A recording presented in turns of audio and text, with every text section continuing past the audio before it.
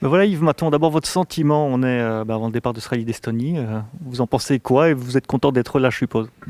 Je pense qu'on est tous contents d'être là. Après ces semaines, ces mois sans compétition, aussi ces mois pleins d'interrogations pour savoir quand on allait être capable de recommencer, comment on allait être capable de recommencer.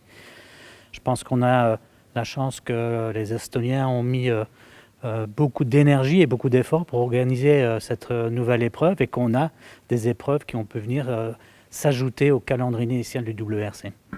Forcément, personne n'avait connu le Covid avant, donc il a fallu s'organiser. Je suppose que ça a été des mois difficiles à vivre, difficiles à trouver des solutions, parfois à changer de semaine en semaine, voire de jour en jour. Comment est-ce que vous avez vécu ça?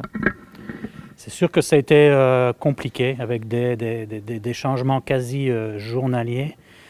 D'abord, il a fallu comprendre vers quoi on allait. Je dirais pas tellement nous à la FIA ou pas tellement nous dans le sport automobile, mais la société en général. Et on voit encore aujourd'hui que peut-être moins de jour en jour, mais en tout cas de semaine en semaine, les choses évoluent, les choses changent. Donc il a fallu voir comment on allait pouvoir faire. On a eu énormément d'énergie qui a été, je dirais, mise sur ce dossier Covid et comment on allait pouvoir gérer de la compétition automobile dans cette nouvelle approche, je dirais. Ce qui a permis de mettre en place d'abord un processus pour la Formule 1 qui a été la première compétition à redémarrer, ce qui a servi un peu de laboratoire aussi pour les autres compétitions, pour en arriver à un processus certes un peu contraignant qu'on connaît maintenant, mais qui est le seul moyen pour pouvoir faire du sport automobile dans des conditions qui doivent nous prémunir de ce qu'on est en train de vivre. Vous parliez de la Formule 1, il y a quelques minutes, Sébastien Ogier nous a dit « Dommage qu'on n'ait pas recommencé plus tôt, genre au mois d'août ». Oui, c'est sûr, ça c'est la théorie pure, mais je dirais la Formule 1 a recommencé début juillet avec des contraintes qui ne sont pas du tout celles qu'on a en rallye, puisqu'on parle d'un espace clos, plus facilement contrôlable, des moyens aussi qui sont pas les mêmes. Il fallait qu'il y ait un promoteur aussi qui soit prêt à endosser cette responsabilité et à mettre en œuvre tout ce qu'il fallait pour recommencer. Je pense qu'en dehors de la F1, il n'y a pas beaucoup de disciplines qui auraient été capables de recommencer début juillet. Et on le voit, c'est encore compliqué maintenant de mettre sur pied des rallyes où on va au contact des gens, où on va dans les différentes communes avec le rallye, où on se déplace, c'est tout à fait différent. Et je dirais qu'on pourrait toujours se dire qu'il y a moyen de faire mieux, mais je suis déjà très heureux que maintenant, début septembre, on ait à nouveau une épreuve du WRC. Est-ce que le calendrier est figé ou est-ce qu'une autre épreuve peut encore venir s'intercaler dans les dates de libre? Je dirais qu'à notre époque, plus rien n'est figé. Ce qu'on privilégie depuis le départ, c'est de travailler avec toutes les options possibles. C'est pour ça qu'on a rajouté des dates, qu'on a essayé de reconcentrer les rallyes aussi pour pouvoir d'une manière logistique faire d'autres épreuves. On est encore en discussion avec des épreuves, mais au jour d'aujourd'hui, je dirais qu'on essaye de se concentrer sur les 4 qui ont été officialisés, mais on sait qu'on n'est jamais à l'abri encore de changements, d'annulations potentielles. C'est pour ça qu'on essaye d'anticiper au maximum. Et je dirais qu'a priori, le championnat devrait se dérouler sur cette épreuve, mais je ne peux pas promettre aujourd'hui qu'on n'aura pas une ou l'autre épreuve en plus ou une ou l'autre épreuve différente. Cette épreuve, c'est assez pour décerner un titre de champion?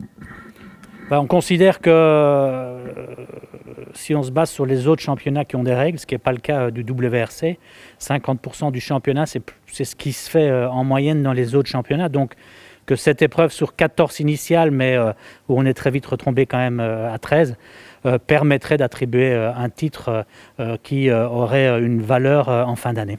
S'il y en a 6 ou 5, ça veut dire qu'il n'y a pas de titre? Non, le règlement pour le moment, s'il y en a 6 ou 5 ou 4 à la fin de ce week-end, le règlement est clair pour le moment, le titre serait attribué. Dans le calendrier, il y a un rallye de Belgique maintenant, Rally of Belgium. Pour vous, c'est quoi? C'est bien en tant que Belge d'avoir réussi à amener ça chez nous, le WRC? C'est sûr qu'on en parle depuis longtemps. Il y avait eu un projet, il y a déjà maintenant, je ne sais plus, 15 ans. La Belgique est un pays qui est tourné vers le sport automobile en général. Je dirais qu'il n'y avait quasi aucune chance d'avoir une épreuve du WRC en Belgique, il ne faut pas se faire d'illusions. Et que peut-être que cette crise qu'on a traversée a au moins amené une chose, c'est qu'on a pu amener des choses différentes, des épreuves différentes dans le calendrier, ce qui sera le cas pour le rallye Ypres of Belgium. Et je dirais que aussi c'est une base intéressante, c'est qu'on va faire un rallye WRC, une manche du championnat du monde WRC, en même temps qu'une manche du championnat du monde de rallycross. Et ce qui va faire qu'en Belgique, le même week-end, on va avoir 2 épreuves du championnat du monde et on va avoir une plateforme motorsport très développée en Belgique. Je pense que c'est une vraie belle opportunité aussi pour la Belgique de montrer aussi l'unité en faisant un rallye qui va traverser la Belgique, qui va partir de Flandre, qui va passer en Wallonie et qui, entre guillemets, revient un peu à l'ADN du rallye, qui est vraiment de traverser les contrées, les pays. Il y a un alignement des planètes aussi. Vous occupez une position qui est importante à la FIA. Il y a Alain Ponas qui est très proche du rallye de Ypres, qui est aussi appliqué en WRC. Puis il y a Thierry Neuville qui marche bien pour le moment. Donc c'est peut-être le moment ou jamais. Oui, c'est sûr que c'est indépendamment de tout cela, c'est le moment ou jamais. C'était sûr, c'est que cette opportunité, même si c'est venu de discussions que j'avais eues avec la fédération belge il y a quelques mois, de voir comment on pouvait faire pour amener une épreuve en Belgique. À l'époque, j'avais été un peu négatif en disant là tout de suite je vois pas les opportunités, mais ça a quand même été, je dirais, le germe qui a permis de quelques mois après de les recontacter, leur dire il y a peut-être quelque chose à faire cette année, quelque chose d'exceptionnel pour la Belgique, c'est de relever ce challenge de avoir une épreuve WRC en Belgique. Est-ce qu'en fonction de l'évolution du Covid, est-ce que vous avez des garanties sur pouvoir faire le rallye, soit à huis clos avec un certain nombre de personnes, ou comment ça se passe? Est-ce que vous avez des garanties politiques, entre guillemets, par rapport à ça?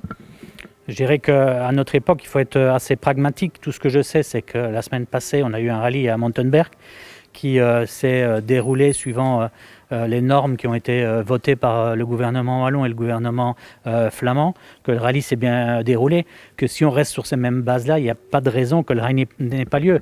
Après, comme on le disait tout à l'heure, chaque semaine apporte son lot de changements, de nouveautés positives ou négatives. Donc, je dirais qu'au jour d'aujourd'hui, je suis tout à fait confiant que l'épreuve aura lieu. Dernière question, les épreuves sont raccourcies, entre guillemets. Est-ce que ça va devenir la norme du championnat du monde des rallyes? Non, ce n'est pas la norme. On veut revenir le plus rapidement possible à des rallyes comme on connaissait avant, c'est-à-dire plus de 300 km d'état spécial. Quand je dis le plus rapidement possible, c'est que je ne sais pas très bien quand on va sortir de la situation dans laquelle on est pour le moment. On sait que 2021 sera de toute façon compliqué aussi, qu'on devra faire des concessions en 2021. Donc je dis, tant qu'on est dans cette période où on doit faire des concessions, on aura peut-être des rallyes au format court comme on a pour le moment, mais l'idée c'est de revenir le plus rapidement possible à des formats traditionnels. Un mot sur 2022 aussi, est-ce qu'on en sait un peu plus sur la réglementation? Comment est-ce que ce dossier-là avance? La réglementation technique va être votée lors de la prochaine commission WRC qui a lieu la semaine prochaine. Et maintenant, on est en discussion avec les constructeurs pour qu'ils s'engagent pour 2022.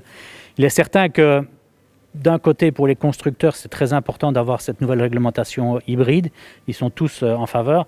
D'un autre côté, il leur faut aussi un peu de latitude pour voir, entre guillemets, quels seront leurs budgets à terme. Ils sont quand même dans une période qui a été très très compliquée, avec plusieurs semaines où ils n'ont pas du tout vendu de voitures.